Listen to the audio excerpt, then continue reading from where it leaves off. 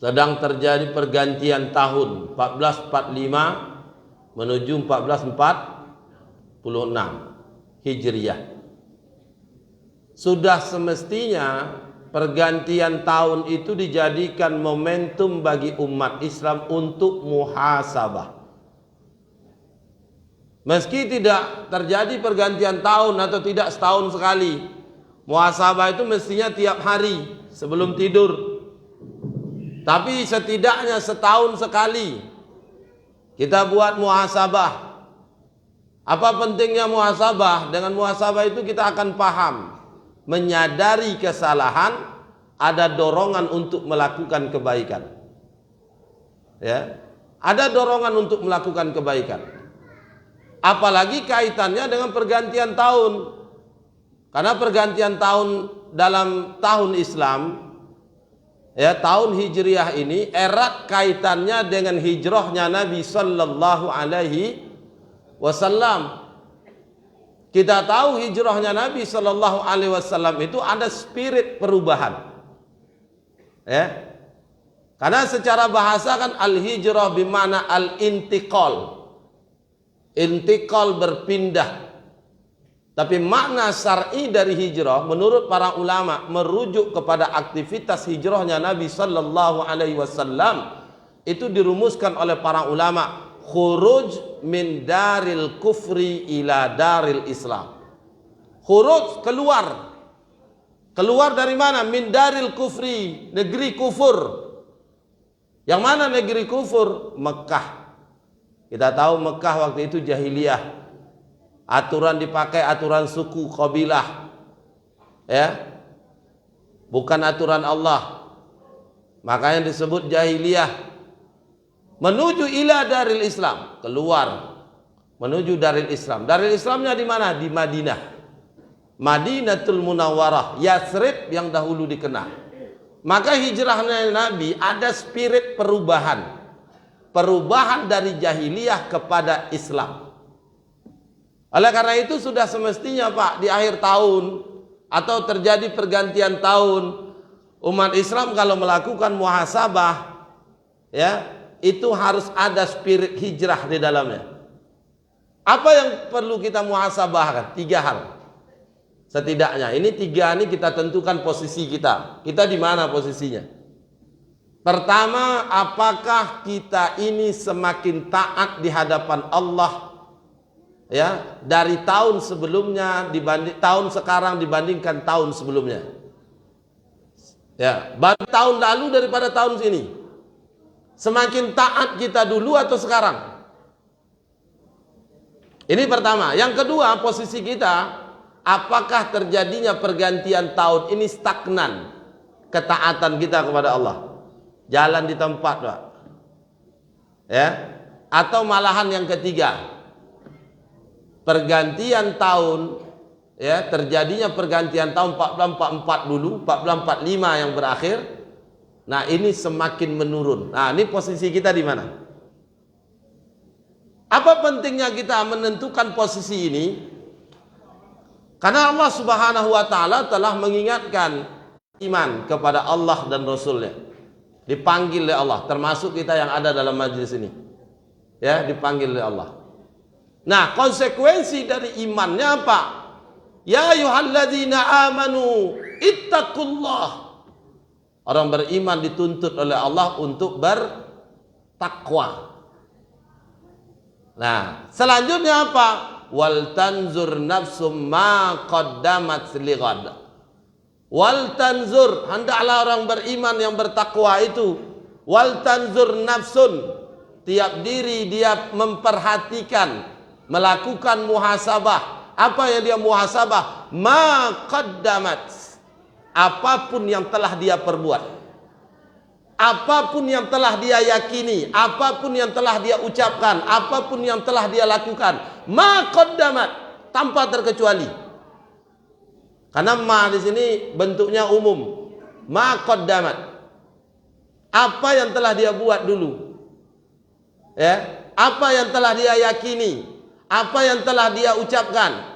Ma qaddamat, untuk apa? Lighadin, kepentingan besok. Besok itu kapan?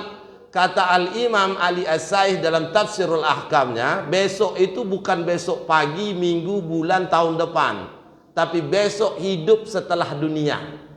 Artinya apa? Nasib dia ini nanti setelah dunia di mana?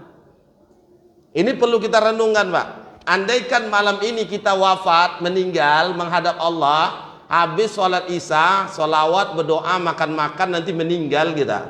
Kira-kira posisi kita di mana? Ayo, ada yang tahu? Atau ada yang udah siap? Ada yang siap udah meninggal habis isya nanti? Dua kemungkinan orang yang takut meninggal, Pak. Pertama karena hutang, yang kedua karena dosa. Ibu bapak masuk yang mana? Alhamdulillah kalau karena dosa. Tapi kalau karena hutang itu lebih ngeri. Ya. Maqaddamat, untuk apa ini? Untuk besok. Nasib kita di mana? Karena posisi nanti setelah dunia cuma dua. Ke surga atau ke neraka. Ya. Ke surga ke neraka itu ditentukan hari ini. Dengan apa? Dengan amal solehnya kita. Makanya ini kita renungkan. Andaikan malam ini kita mati menghadap Allah, maka ya posisi kita nanti di mana? Apakah cukup dengan amal soleh kita selama ini? Apalagi amal soleh yang kurang. Kira-kira Pak, kalau kita mati menghadap Allah, andalan amalan kita yang paling utama apa? Yang paling utama yang kita handalkan. Ini dalam rangka muhasabah nih Pak. Kira-kira lah. Yang pertama pasti sholat kan? Kalau bapak-bapak di sini Masjito Masjid Al-Masjito ini malu menyebutkan. Yang pertama itu sholat. Nah pertanyaannya, apakah selamat kita dengan sholat ini aja? Coba saya kasih hitung Pak. Kalau kita ini hidup sesuai dengan apa yang Nabi kabarkan, a'maru ummati ma baina sittin wa sab'in. Umur umatku itu kata Nabi antara 60 sampai 70 tahun. Wa aqallahum ba'da dzalik. Sedikit dari mereka yang hidup lebih dari 60 sampai 70 tahun. Berapa rata-rata umur umat Nabi ini? Kata Nabi dalam riwayat yang lain, a'zarullah bi imri'in hatta yablugha sittina sanah. Allah memberikan uzur kepada seorang sampai kapan? Hatta yablugha sittina sanah, sampai umurnya 60 tahun.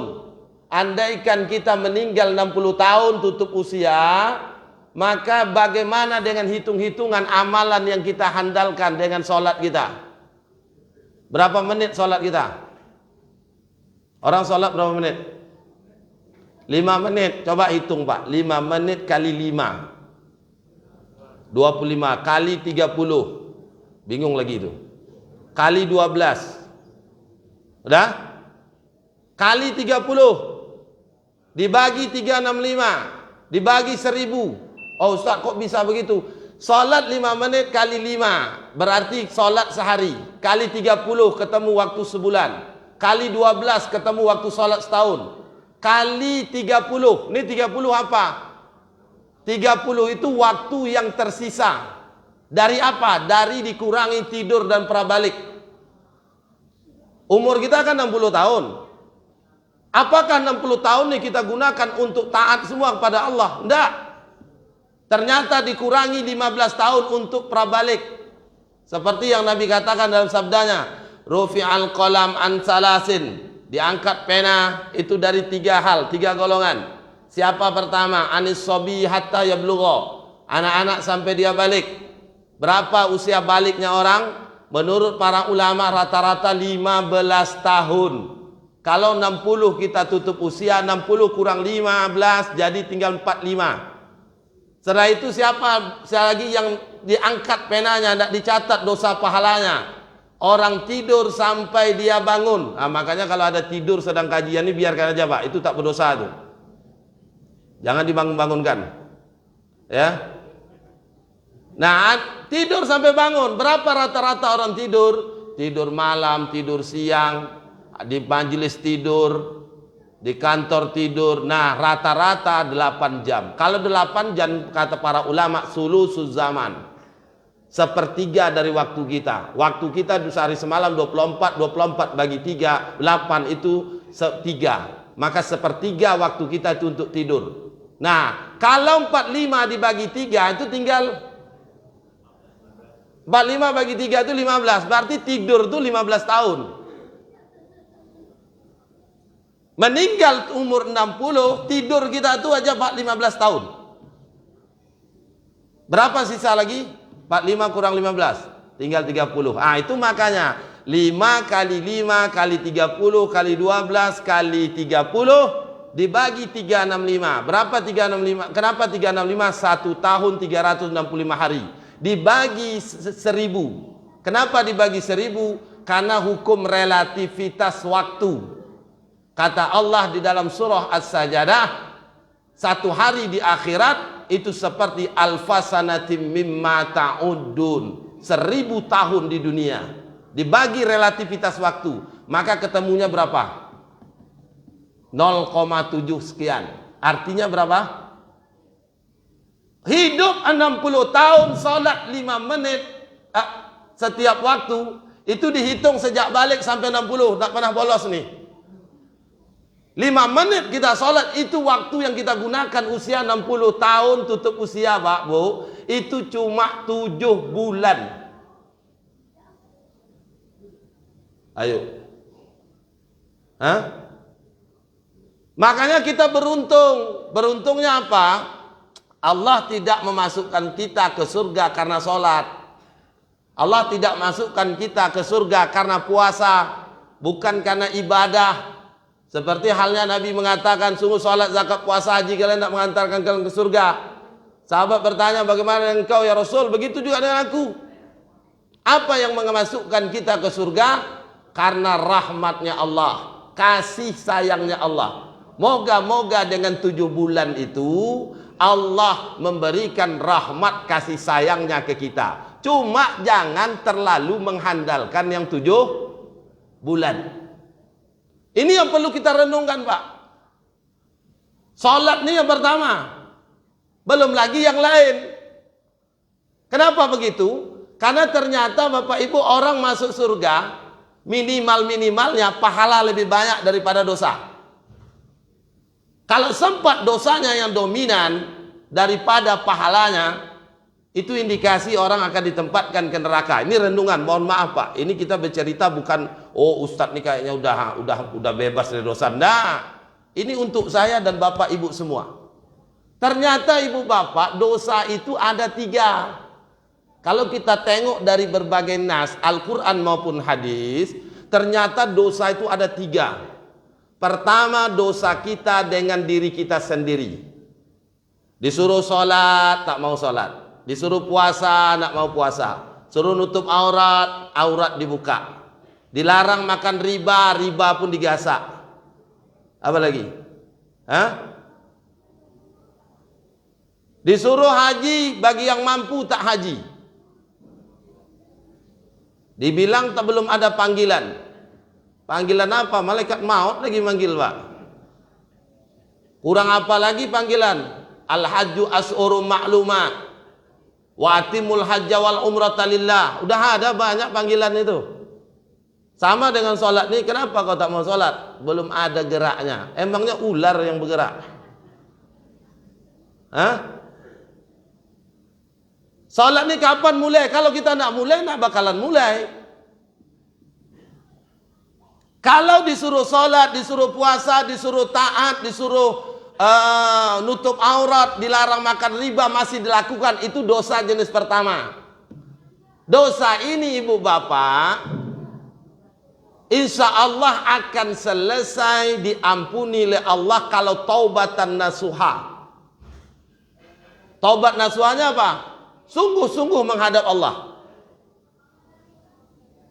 Selama ini tidak sholat, taubat nasuha. Mulai ini aku menyesali Allah, aku jaga sholatku. Kalau sungguh-sungguh taubat kita, insya Allah. Yang tinggal selama ini gimana? Ulama beda pendapat. Ada yang menggantinya dengan bisa diqadha. Ada yang menggantinya berpendapat mengganti sholat tinggal selama hari ini dengan menjaga sholat rawatib, qobliyah dan ba'diyah. Intinya apa? Kalau taubatnya nasuha sebanyak buih di lautan, sebesar gunung pun dosa kita menghadap Allah. Kalau taubatan nasuha, dosa jenis pertama ini akan diampuni oleh Allah. Ya. Apalagi kalau kita habis Ramadan. Kita sering dengar hadis kan? Hadis yang familiar dibacakan saat Ramadan. Apa hadisnya? Man shoma Ramadana, siapa yang berpuasa di bulan Ramadan, imanan karena keimanan, wahtisaban karena perhitungan dan mengharap betul ampunan, ghufira lahu ma taqaddama min dzambih. Oh, ini kalau dengar hadis ini bahagia kali kita. Diampunkan baginya semua dosa ma taqaddama. Ma itu masih bersifat umum.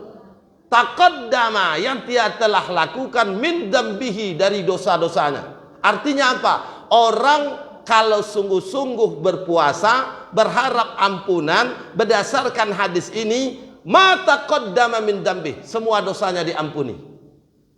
Bahagia enggak Bapak Ibu dengar hadis ini? Bahagia. Makanya sering kan kita mendengar habis Ramadan kita ini alhamdulillah kembali ke fitrah kayak bayi yang baru lahir dari rahim ibunya, seperti kertas putih tanpa didodai oleh tinta sedikit pun. Artinya apa? Dosanya diampuni. Cuma muncul pertanyaan. Ini yang nanya ulama, kajian di kalangan ulama. Betulkah semua dosa diampuni oleh Ramadan? Benarkah dosa-dosa zina, mencuri, membunuh, makan riba, menzalimi orang, korupsi, makan duit pajak? Hah? Ini selesai enggak dengan Ramadan? Ini pertanyaan ulama, Pak. Muncul kaidah. Apa kaidahnya? Dalilul am yabqa fi umumihi ma lam yarid dalilut takhsis. Dalilul am, dalil yang bersifat umum, yabqa fi umumihi, tetap pada keumumannya, malam yarid dalilut takhsis, selama tidak ada dalil yang mentaksiskannya. Kalau tak ada dalil yang mentaksiskan, maka semua dosa terhapus oleh Ramadan. Pertanyaannya, apakah betul semua dosa terhapus? Dikaji oleh para ulama, ternyata ketemu ada sebuah hadis. Saya yakin hadis ini Bapak Ibu paham. Dosa ini memunculkan dosa jenis kedua. Apa dosa jenis kedua? Dosa karena kesalahan kita dengan orang lain. Dosa pertama selesai Pak, taubat nasuha. Dosa pertama selesai dengan istighfar. Dosa pertama itu selesai kalau kita sungguh-sungguh minta ampun sama Allah. Tapi dosa kedua nak selesai. Makin panas nih suasana kayak. Apa hadisnya? Itu hadis yang panjang. Nabi bertanya kepada sahabat, atadruna mal muflis? Tahukah kalian apa disebut dengan muflis? Muflis alias bangkrut. Nah, ini hadis tentang bangkrut. Apa dijawab oleh sahabat? Qalu al muflisu fina man la dirhama lahu wala mata'. Orang bangkrut di antara kami adalah man la dirhama lahu wala mata'. Kalau Bapak Ibu ditanya bangkrut itu apa? Disebut bangkrut, rugi, gulung tikar, apa lagi? Habis modal, apa lagi? Bisnisnya hancur, duitnya tidak ada. Nah, ternyata sahabat dulu jawab juga sama. Al-muflisu fina man la dirhama lahu wala mata'. Orang bangkrut di antara kami itu siapa? Man la dirhama lahu wala mata'. Orang yang tidak punya dirham, duit, wala mata, dan tidak punya fasilitas kekayaan. Hartanya tidak ada, duitnya tidak ada. Itulah orang bangkrut, kata para sahabat. Tapi ternyata Nabi katakan tidak. Qala innal muflisa min ummati, orang bangkrut dari kalangan umatku, ya'ti yaumal qiyamati, datang nanti di hari kiamat, bisolatin wasiyamin wazakatin. Dia bawa pahala solatnya, dia bawa pahala zakatnya, dia bawa pahala puasanya, bahkan haji umrohnya dia bawa menghadap Allah di hari kiamat nih. Seakan-akan sudah mau masuk ke dalam surga karena pahalanya begitu banyak. Solatnya tidak 5 waktu saja Pak, ditambah tahajud, duha, tahajud 12 rakaat, duha 8 rakaat, ditambah lagi sholat witir, tambah lagi sholat tasbih, semua sholat sunat dia kerjakan. Puasa tidak hanya puasa Ramadan, Senin Kamis, Ayamul Bid, termasuk ketika berada di bulan Muharram dia puasa sunat. Karena salah satu amalan disunahkan di bulan Muharram adalah puasa Muharram, Asyura, supaya jangan sama dengan kebiasaan orang Yahudi ditambah hari ke-9. Lebih baik ditambah hari ke-9 plus hari ke-11. Sehingga kita tidak sama dengan kebiasaan orang Yahudi dan Nasrani berpuasa. Jadi puasanya orang beriman di bulan Muharram hari 9, 10, 11. Karena orang Yahudi cuma sehari, Nasrani juga begitu. Supaya jangan sama dengan Yahudi dan Nasrani, puasanya minimal 3 hari. Kalau amalan terus menerus di bulan Muharram ini puasa bagus, bawa besok pahala puasanya di hadapan Allah. Wa zakatin, dibawa pahala zakatnya, termasuk impaknya, impak subuhnya, impak saat taklimnya, dia bantu fakir miskin dibawa, bahkan haji umrohnya dibawa. Ketika ditimbang banyak pahalanya. Tapi ketika mau masuk ke surga apa kata? Ada sekelompok kaum yang memprotes, ya Allah jangan masukkan mereka dulu ke surga. Wayati, dan datang kelompok orang-orang yang memprotes. Siapa mereka? Pertama, qad syatama hada, orang yang dicaci maki, disumpah serapah. Pekanbaru banyak kali Pak, apalagi di lampu merah. Kalau di lampu merah di jalan raya, kebun binatang pun muncul semua di kebun raya. Saya sudah masuk Pekanbaru tahun 2000. Sekarang di kampung kami kalau boru itu Pak, tahu bau? Monyet itu cuma di pohon, di kebun, di hutan. Kalau di Pekanbaru di tengah jalan. Bawa motor ada yang nyerempet, baru. Nah, itu sekali Pak. Sekali baru itu kapan selesainya itu? Ketemunya lagi. Nggak ketemu lagi kita. Kapan ketemu? Nanti. Wayati qad syatama hadza. Orang disumpah serapah. Yang kedua siapa? Wa qadhafa hadza, orang yang difitnah, dituduh dia tak berzina, dituduh berzina. Orang tidak melakukan, difitnah melakukan. Ini kelompok kedua besok memprotes kepada Allah. Ya Allah jangan masukkan si fulan ke surga. Kenapa? Karena urusannya denganku belum selesai. Siapa yang ketiga? Wa akala mala hadza, orang yang hartanya diambil dengan jalan tidak hak. Itu Pak korupsi. Contoh, korupsi itu tidak selesai Pak, impak ke kotak masjid. Korupsi 271 triliun. Diimpakkan ke Masjid Al-Masitoh ini tidak selesai. Hutang tak dibayar itu tak selesai. Hati-hati.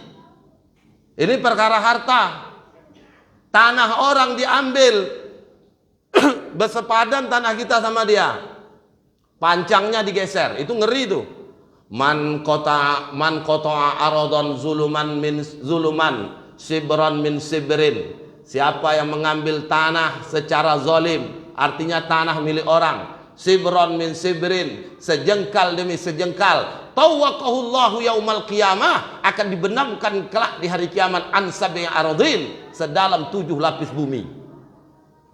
Ya main-main Pak, sejengkal aja artinya apa? Perbuatannya haram, apalagi sehektar tanah orang digasak. Hati-hati pejabat jual tanah orang. Hah? Tak selesai dengan tobat, tak selesai dengan istighfar.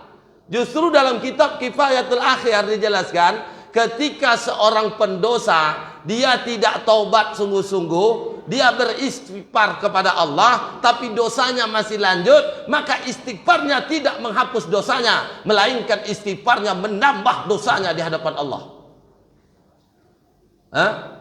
Tidak selesai Pak dengan tahajud kita nih. Termasuk utang, utang paling banyak Pak. Bapak-bapak yang lesing jangan bangga Pak, mati Bapak lunas utang, tidak lunas. Duit utang Bapak, lesingnya 5 tahun mobil, baru setahun lesing, tahun kedua mati. 4 tahun gimana? Tidak lunas. Lunas tak? Administrasi, dibayar asuransi, asuransi masalah lagi Pak. Saya sengaja nih buat ini Pak. Ini bukan buat risau Bapak. Ini kita muhasabah nih. Kita ini berdosa, nak. Jangan merasa kita sholat dan 5 waktu aman. Itu baru dosa pertama. Belum dosa yang kedua. Dosa kesalahan kita dengan orang lain. Nggak lunas utang. Paling menyedihkan lagi, ketika orang lesing berbunga, lesing itu pasti salah. Beda lesing sama kredit. Kalau kredit itu ada boleh ada tidak. Tapi kalau leasing udah jelas tak boleh. Apa bedanya? Leasing itu sewa beli, sewa beli. Sewa itu akadnya ijarah, beli itu akad jual beli. Kalau sewa, akdun ala manfaatin bi'audin, akad yang terjadi atas manfaat. Manfaat diambil, yang mengambil manfaat memberikan kompensasi, namanya iwad. Tapi kalau jual beli akadnya beda. Mubadalah malun bimalin ala sabili tamliki antarodin, pertukaran harta dengan harta. Bapak tak punya air, saya penjual air, saya jual air nih. Pertukaran, berapa harganya? 3.000, saya bapak ganti duit 3.000, bapak ambil air nih, terjadi pertukaran. An sabili tamlik, ini sebagai jalan kepemilikan. Bapak bisa miliki air, saya pun bisa miliki duit. Antarodin, terjadi suka sama suka. Berarti apa? Jual beli akad terjadi atas barang. Ijarah akad terjadi atas jasa. Leasing menggabungkan keduanya. Kata Nabi dalam hadis riwayat Imam Ahmad, naha Rasulullah sallallahu alaihi wasallam an safqataini fi safqatin wahidah. Nabi melarang 2 akad satu transaksi. Transaksinya leasing, akadnya double. Jual beli, akad ijarah. Ini perbuatan dilarang dalam syariat. Terjadi, tapi kalau kredit belum tentu. Kredit ada yang syar'i, ada yang tidak. Nah, begitu. Makanya jangan merasa aman. Ya. Yang paling sedih lagi ketika orang di leasing. Baru jalan setahun, tahun kedua, ajalnya tiba, pas sholat subuh di Masjid Masitoh. Sujud dia, pas di sujud tuh ajalnya tiba. Pertanyaannya, ini matinya husnul khotimah, su'ul khotimah? Ayo, jawab sendiri Pak, renungkan sendiri. Baik-baik. Orang yang mati husnul khotimah, husnul itu baik, khotimah itu penutup. Berarti di akhir hayatnya itu dia melakukan kebaikan. Secara zohir sedang sujud, baik, tapi dia sedang berdosa besar. Ini malaikat bingung nih. Apalagi Bapak, kita. Moga-moga setelah ini tak diundang lagi, Pak. Itu tanggung jawab Pak Yayan. Nah, itu pertama, 3. Wa akala malahaza. Kita lanjutkan. Yang keempat siapa? Wasafaka damahada. Orang yang ditumpahkan darahnya dengan jalan yang tidak hak. Itu yang diindikasi teroris segala macam, ditembak belum tentu ada bukti. Buktinya buku perukun, buku tuntunan sholat, Al-Quran. Itu belum jelas Pak, buktikan dulu. Nah besok hari ini mereka mengalami, besok di hari kiamat mereka protes. Yang kelima, siapa mereka? Wadoroba hada, orang yang dipukul dengan jalan tidak hak. Hati-hati Pak kalau ketangkap maling. Kebiasaan kita di masyarakat, maling ketangkap, semua pengen ngasih setoran. Selama hari ini udah banyak dicicil, sekarang baru bayar setoran. Mangga maling, maling pap. Hati-hati, dia maling sendal jepit, itu pun tak dapat. Ketangkap masa babak belur, yang mukul wadoroba hada. Besok dia nuntut. Malingnya berdosa Pak, tapi perbuatan kita tak boleh melebihi tindakan malingnya. Nah 5 golongan ini kata Nabi, fayu'to hada min hasanatihi wa hadza min hasanatihi.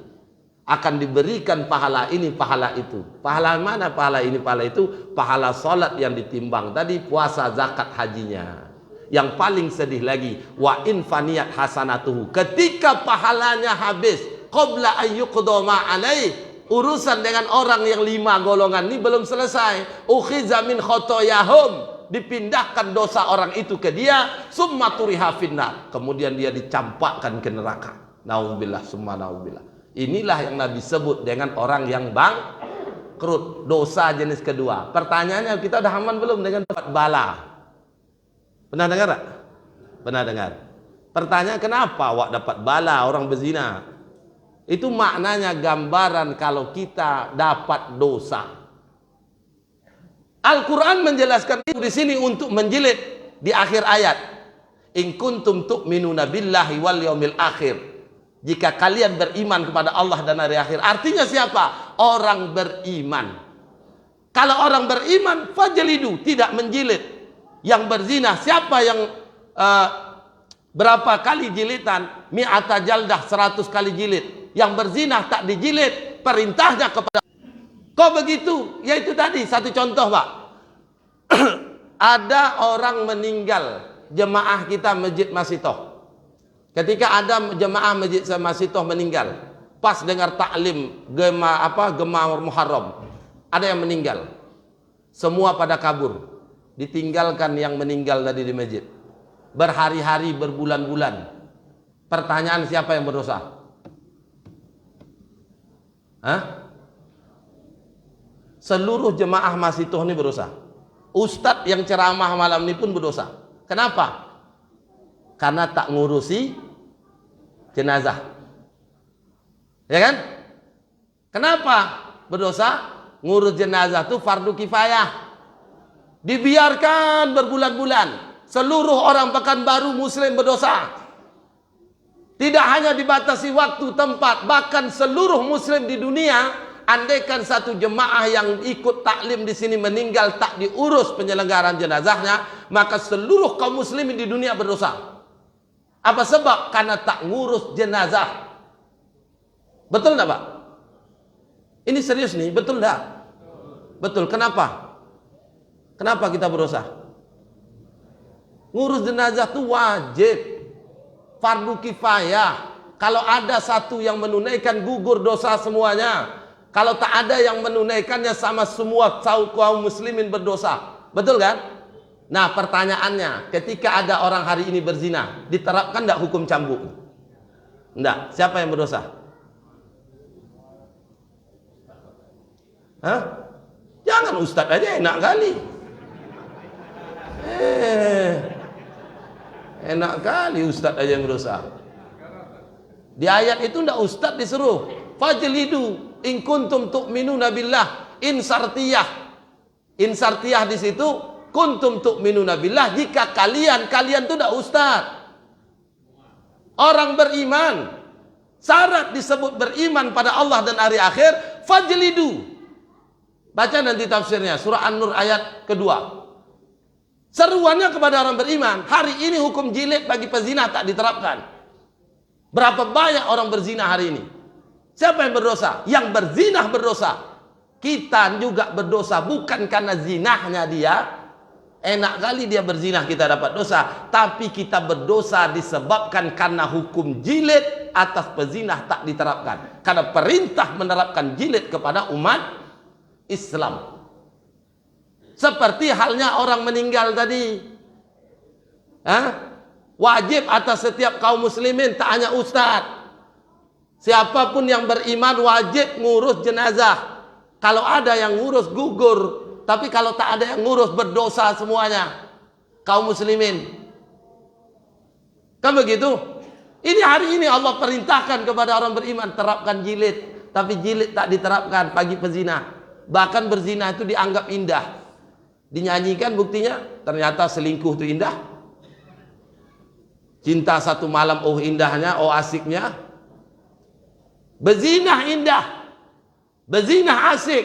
Coba, nauzubillah min zalik. Mestinya dijilid, tapi kenapa nak dijilid? Maka secara fakta umat Islam berdosa. Inilah dosa jenis ketiga, namanya dosa kifayah.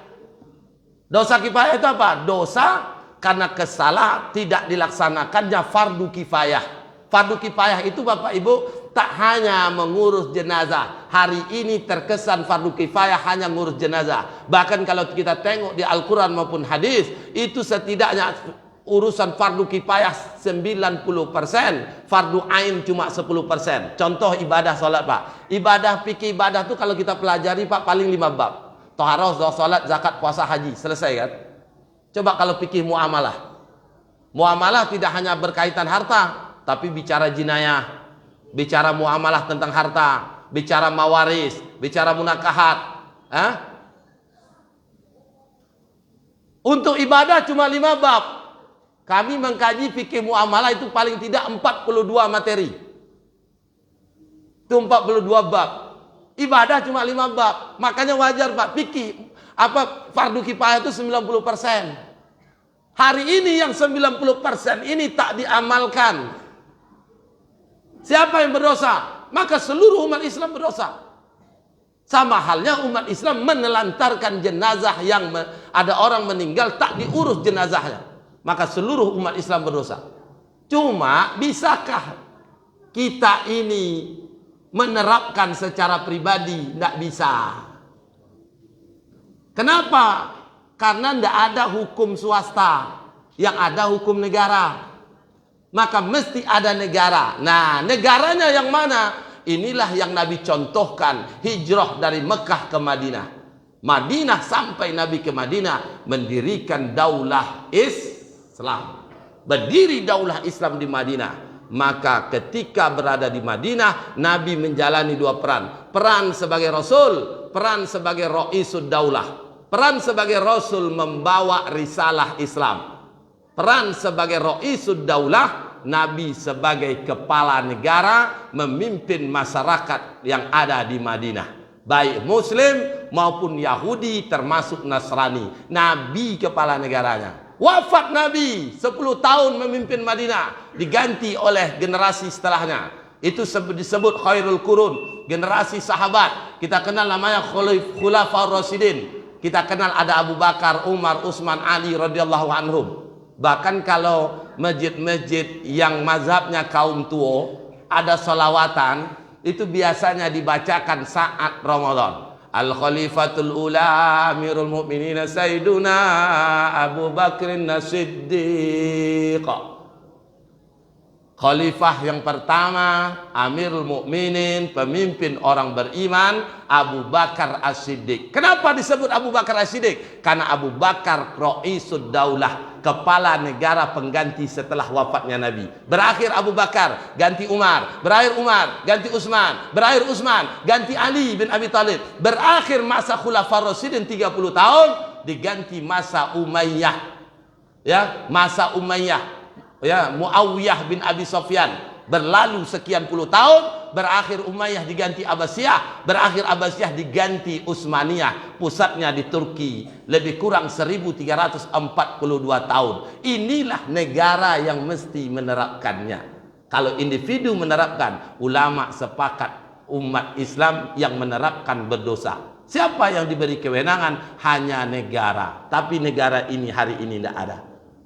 Maka inilah tugas kewajiban kita untuk mewujudkannya supaya dosa kita jenis ketiga bisa dihapus. Oleh karena itu ibu bapak, di penghujung kajian malam ini terkait dengan momentum Muharram, apa yang harus kita lakukan? Di samping muhasabah, kita perbanyak amal soleh. Amal soleh apa? Amal soleh waktu kita hidup. Perbanyak jaga sholat, puasa, zakat, haji kita. Tapi tidak hanya sekedar itu, tapi persiapkan amal soleh yang kedua berupa asar. Asar itu apa? Bekas-bekas baik, walaupun kita sudah tidak ada, meninggalkan bekas juga. Apa dasarnya? Surah ke-36 ayat ke-12 surah Yasin. Inna nahnu nuhyil mauta wa naktubu ma qaddamu wa atharahum. Sungguh kami menghidupkan orang yang sudah mati. Kami mencatat ma qaddamu, semua yang telah dia lakukan, wa atharahum, bekas-bekas kebaikan mereka pun dicatat. Apa asar yang harus kita persiapkan? Kata Nabi, in qata'a amaluhu illa min salas. Ketika anak manusia, anak Adam mati, maka terputuslah atasnya in qata'a amaluhu, amalnya. Amal siapa? Amal yang mati. Maka tak akan ada hantu yang bangkit. Apalagi yang viral kemarin kasus Pina. Kerasukan. Oh, tidak kakak dedek. Ya, enggak ada itu hantu ruh Pina itu bangkit. Itu korin tuh, Pak. Jin. Kenapa? Orang mati in qata'a, terputus amaluhu, amalnya. Urusan dunia tidak ada lagi kecuali illa min salas, kecuali 3 hal. Apa yang pertama? Sedekahun jariyah, sedekah jariyah. Yang kedua, al ilmu yuntafa'u bih, ilmu yang bermanfaat. Yang ketiga, awaladun saleh yad'ulah, doa dari anak yang soleh. Ini asar yang perlu kita persiapkan. Apakah cukup dengan ini semua? Ternyata tidak. Ada perlu amalan yang spesial. Apa itu? Dakwah. Dakwah itu yang mana, Ustaz? Dakwah itu bukan ceramah. Malam ini yang saya lakukan bukan dakwah. Ini tablik. Dakwah itu apa? Ud'u ila sabili rabbik. Ud'u mengajak orang kepada jalan Rabb. Orang tak solat jadi solat, itu dakwah. Orang tadi buka aurat jadi nutup aurat, itu dakwah. Orang yang tadi pemakan riba, pencinta hutang, berhenti makan riba, tak mau lagi berhutang, itu dakwah.